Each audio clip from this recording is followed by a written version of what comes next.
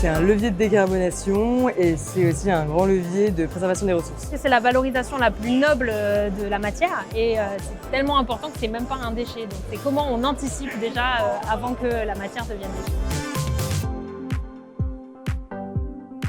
Un grand bâtiment éphémère à Paris, utilisé pour les Jeux Olympiques 2024, dans lequel on a réussi à faire plus de 900 tonnes de matériaux réemployés.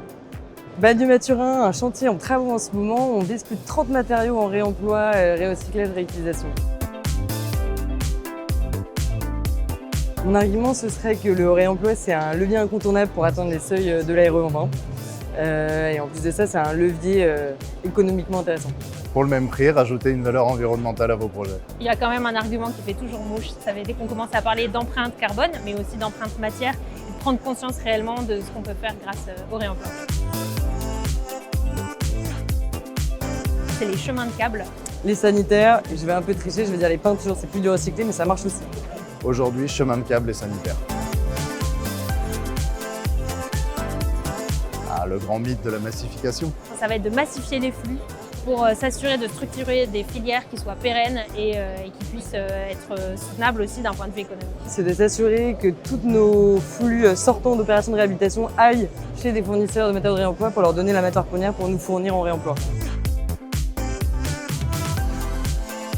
Choisir le réemploi, c'est renoncer à l'esthétique. Les clients n'en veulent pas, les investisseurs n'en veulent pas, c'est faux. On le voit chez Link City, que ce soit des clients de groupes hôteliers, que ce soit des bailleurs sociaux, etc. Le réemploi, c'est accepté par les clients parce que ça peut être comme le neuf.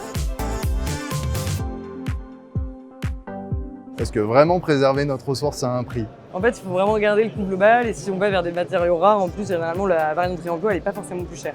Oui et non. C'est-à-dire qu'il existe aujourd'hui des projets sur lesquels on arrive vraiment à faire des économies, notamment au niveau de la fourniture. Donc, par rapport à la fourniture neuve, on va pouvoir faire des économies. Si on n'a jamais fait de réemploi et qu'on veut commencer dans le bâtiment, l'idéal c'est de commencer par quelques filières. Adhérer au booster du réemploi et tester ça sur toutes ces opérations sur au moins un matériau. Appelez Made in Past, on intervient sur toute la France.